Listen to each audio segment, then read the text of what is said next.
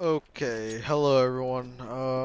Jonah here. And before I start the video, I just want to start off and say that I know that there hasn't been a new video in like 4 months.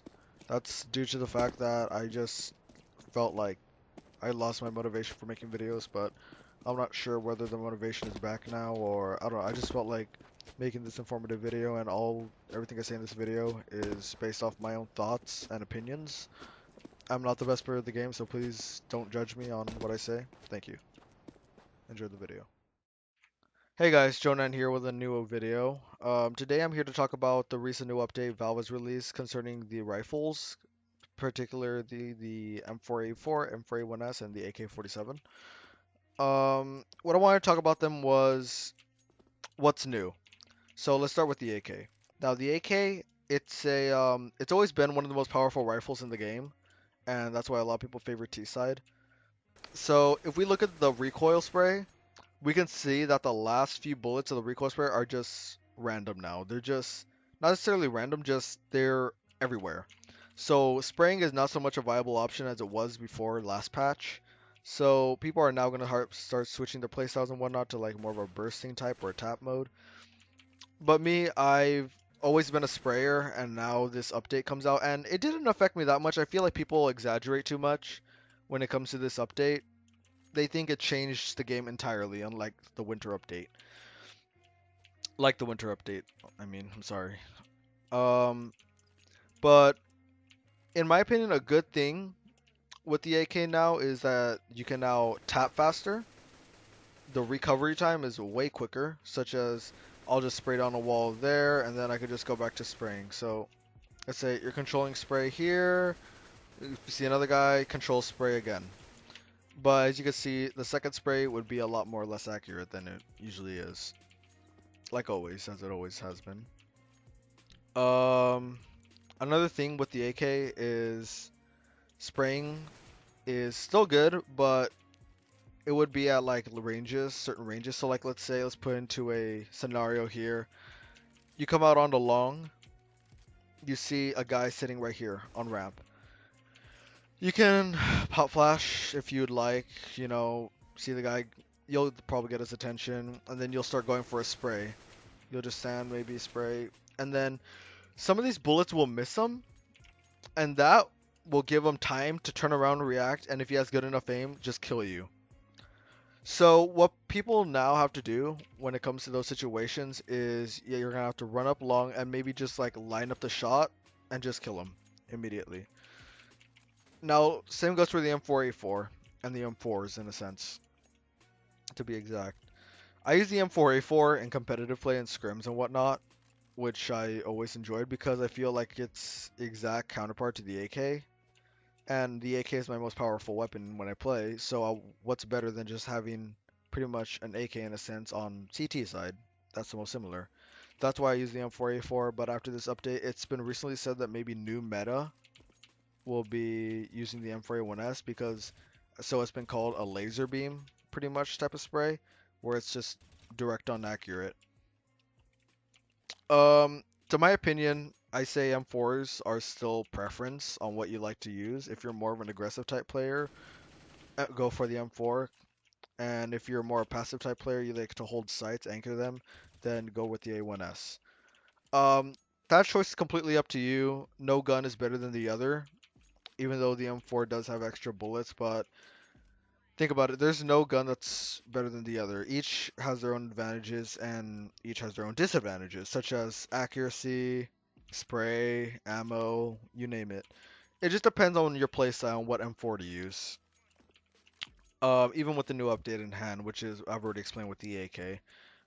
Same goes, you can tap faster, but in this one scenario, as I explained before, if you were to run up with an M4A1S, you could easily line up a shot, and since the A1S is so accurate, you could kill that guy immediately. Sure, he may still have time to react and turn around.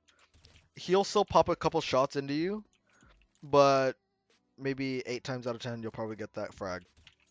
Unlike with the M4A4 and the AK. With the AK, you could probably do it since it's just a one hit to the head for a kill. But when you have the M4, it's a dink rather than a headshot. As dink as in it hits the enemy to a very low percentage of health, where you would have to just hit them once again to kill them. But with the AK, if you were to hit him in the head, he would immediately die.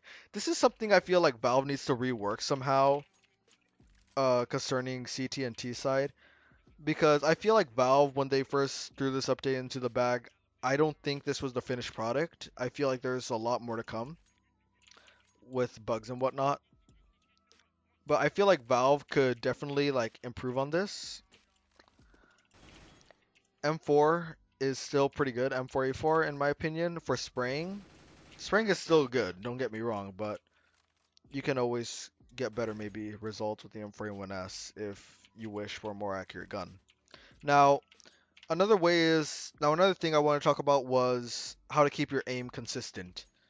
A way to keep your aim consistent is to always like DM and whatnot, play custom maps. A lot of custom maps I recommend is aimbots and whatnot. I'll probably leave links to them down in the description.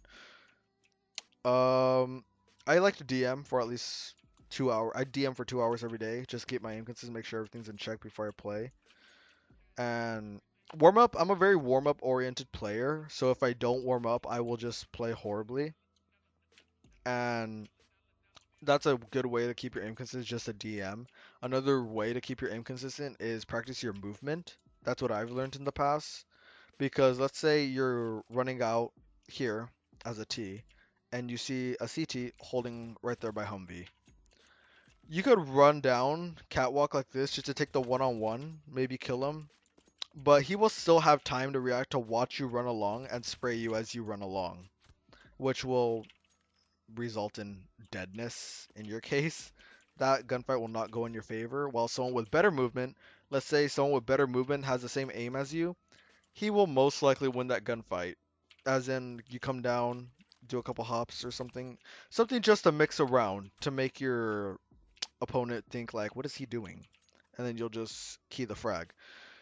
A good way to practice movement is kite KZ maps or surfing, but I recommend KZ over both of those because KZ you're doing more consistent hops and whatnot. Now, the third way to keep your aim consistent is not to change your settings. Me, I used to be big on this, setting changes. I used to change my settings every day, like I would say a year ago, I was that way, and I learned that the hard way. I had no one to tell me that changing your settings was bad. No, I had to learn it the hard way. And just because you see, like, let's say Tarek playing on 4x3 stretched, and you think, well, maybe if I switch to 4x3 stretch, I'll play just like Tarek. No, that's not the way it works. The reason Tarek is so good with his settings is because he's played on them forever, and two, he has better game sense than you. He knows the mechanics of the game way better than you, which is why he's better with the settings. So people will end up missing a shot on 4x3 stretch thinking, okay, I could have hit that on my old res. Switch back to their old res, miss a shot. Okay, I could have hit that on 4x3 stretched. Um, so this would just have to come down to consistency on your settings. The best settings to play on, in my opinion, are your own settings. Me, I like to play black bars because I just like how everything is in aspect ratio and there's less to focus on at least. People think that one res is better than the other. In my opinion, it's all preference. Crosshair, settings, anything. It's all preference. The same goes for sensitivity, but sensitivity, you want to always keep that on the low sensitivity. But resolutions is a big thing when keeping your aim consistent. It breaks your muscle memory, hardcore. Um, Muscle memory is big when it comes to Counter-Strike in terms of taking one-on-one aim duels and just playing the game in general with a brain. Um, Resolutions because so let's say right now I'm playing on black bars. If I were to switch to stretched, in a sense it would be a whole new world for me because the X sensitivity is different because the triangles are wider. But if I were to go on to 16 by 9, it would be easier for me to adapt since it's not that far away from black bars. Now, switching from stretch to 16 by 9 or 4 by 3 black bars is a huge deal. And if you switch from it like multiple times, or even from black bars to 16 by 9, if you switch to it multiple times, you're going to have problems in the future. You're not going to have a good time. I promise you that. So that pretty much sums it up, guys. Um, Valve too long didn't watch or anyone wanted to know, Valve updated the AK, reduced the recovery time, one tapping is faster, and three ways to keep your aim consistent is DM a lot, aim drain a lot, and KZ or surf, and also keep your settings in check, as in always constant. Thank you guys for watching always. If you want more videos of these, please like this video, and I'll catch you guys later. Thank you.